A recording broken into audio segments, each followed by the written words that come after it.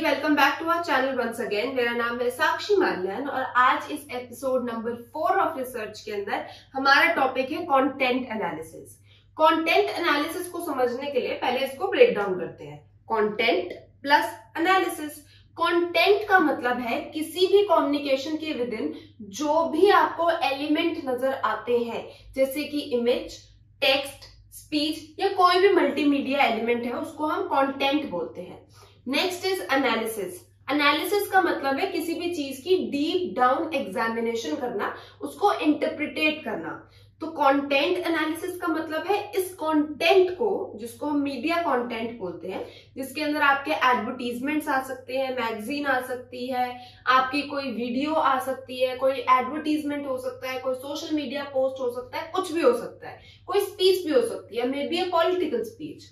तो इस कंटेंट का डीप एनालिसिस करना ताकि उसके पैटर्न के बारे में पता चले, उसकी थीम के बारे में पता चले, उस कंटेंट के फोकस के बारे में पता चले, तो इसको हम बोलते हैं content analysis. Content analysis involve examining the messages to find out the involved patterns, themes, conclusion, messages within the content. There are two types of content analysis. First, qualitative content analysis and second, quantitative content analysis. Qualitative content analysis involves systematic examination and interpretation of textual and non-numerical data to identify patterns, themes and meanings within a communication. यानी कि qualitative content analysis के अंदर आप एक particular text के अंदर से उसका पैटर्न विड्रॉ करते हो, उसका फोकस, उसके मीनिंग, हर एक चीज आप विड्रॉ करते हो टू अंडरस्टैंड कि इस टेक्स्ट के अंदर आखिर बोला क्या गया है या फिर इस टेक्स्ट का पैटर्न या फोकस कहाँ पर है। फॉर एग्जाम्पल, अगर आपको कोई स्मार्टफोन बाय करना है तो आप Amazon या फ्लिपकार्ट पे जाओगे, वहां पे हजारों करोड़ों रिव्यूज है, but you only want to know about the battery life of a product. तो उस स्मार्टफोन के रिव्यूज में आप बैटरी लाइफ वर्ड को डिटेक्ट करोगे। तो जब आप बैटरी लाइफ के ऊपर क्लिक करोगे तो आपको सारे के सारे रिव्यूज वही नजर आएंगे जिसके अंदर बैटरी लाइफ के बारे में मेंशन्ड है। तो इसको बोलते हैं क्वालिटेटिव कंटेंट एनालिसिस, यानी कि आपने टेक्स्ट के थ्रू इंटरप्रिटेट किया कि आखिरकार रिव्यू है किस बारे में। And once you see that review, तो आप अनदर एनालिसिस करोगे जिसके अंदर आप पता लगाओगे कि वो बैटरी लाइफ के बारे में पॉजिटिव लिखा है या नेगेटिव लिखा है। So in short, when you analyse a text to find out its pattern, meaning and focus, that is called qualitative content analysis. Now let us discuss quantitative content analysis. Quantitative content analysis involves systematic counting and measuring of specific attributes or characteristics within a content. It focuses on objective and numerical data such as word frequency, sentence length, or the presence of certain keywords or theme in a particular communication. Quantitative content analysis के time आप एक text के अंदर एक word पे ध्यान देते हो, उसके सेंटेंस पे ध्यान देते हो, वर्ड कितना डिफिकल्ट, कितना इजी है, एक सेंटेंस कितना लंबा और कितना छोटा है, पैराग्राफ छोटा है या बड़ा है, इन सब चीजों पे आप ध्यान देते हो। जबकि हम बात कर रहे थे क्वालिटेटिव कंटेंट एनालिसिस पे, वहां पर हम मीनिंग ऑफ द वर्ड या फिर मीनिंग ऑफ अ कंटेंट की बात कर रहे थे। तो ये एक सबसे मेजर मीनिंग डिफरेंस है दोनों टाइप्स ऑफ एनालिसिस में कि क्वालिटेटिव में आप मीनिंग में बात करते हो, वहीं क्वांटिटेटिव में आप बात करते हो लेंथ और वर्ड की डिफिकल्टी लेवल के ऊपर।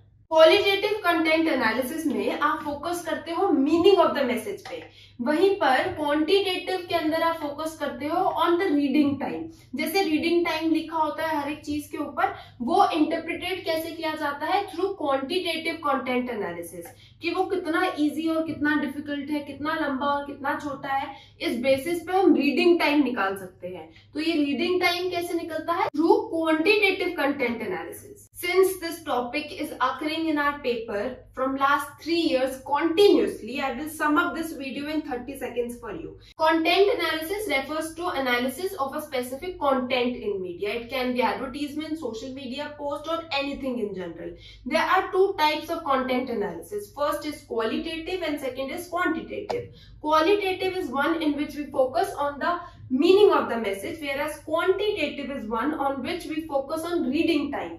We focus on the length of the sentence and the words difficulty level, the keywords in it. So this is the major difference between quantitative and qualitative, that one focus on the meaning whereas other focus on the difficulty level of reading a message. I hope this is clear to you. I will drop a question in the last and we will discuss about that question in this specific video और मैं उसका आपको solution भी दूंगी. But before that, I would like to make an announcement कि हमारा course UGC NET mass communication live हो चुका है. रोज एक लाइव क्लास अभी फिलहाल चल रही है. Doubt class, live class, recorded sessions, MCQs, PYQs, हर एक चीज बहुत डिटेल में मेंशन्ड है इस कोर्स के अंदर. आप प्लीज आकर इस कोर्स के अंदर एनरोल करो. नीचे दिए गए डिस्क्रिप्शन के अंदर हर एक लिंक मेंशन्ड है. उस लिंक के थ्रू आप वेबसाइट पे जाके कोर्स बाय कर सकते हो या एप्लीकेशन के थ्रू भी आप कोर्स बाय कर सकते हो. तो फटाफट से जाओ, अपने आप को एनरोल करो. और जैसे आज हमने कंटेंट एनालिसिस पढ़ा है, हम वहां पर रिसर्च पूरी A to Z पूरी रिसर्च वहां पर इंक्लूडिंग PYQs पढ़ रहे हैं. So go and enrol yourself in these both the courses, paper 1 का कोर्स भी and enrol yourself in paper 2 का course mass communication. Now come to the question part. ये है आज का question. Unitization of news is followed in A. Frame analysis, B. Disconstruction, C. Content analysis या D. Critical discourse analysis. अब इसका answer आप दोगे and I hope everybody will answer in the comment section. Till then, wait for episode number 5. So I leave this question for you guys as a homework. नीचे comment section में हर बच्चा answer करेगा. With that, bye bye, tata, see you again in episode number 5.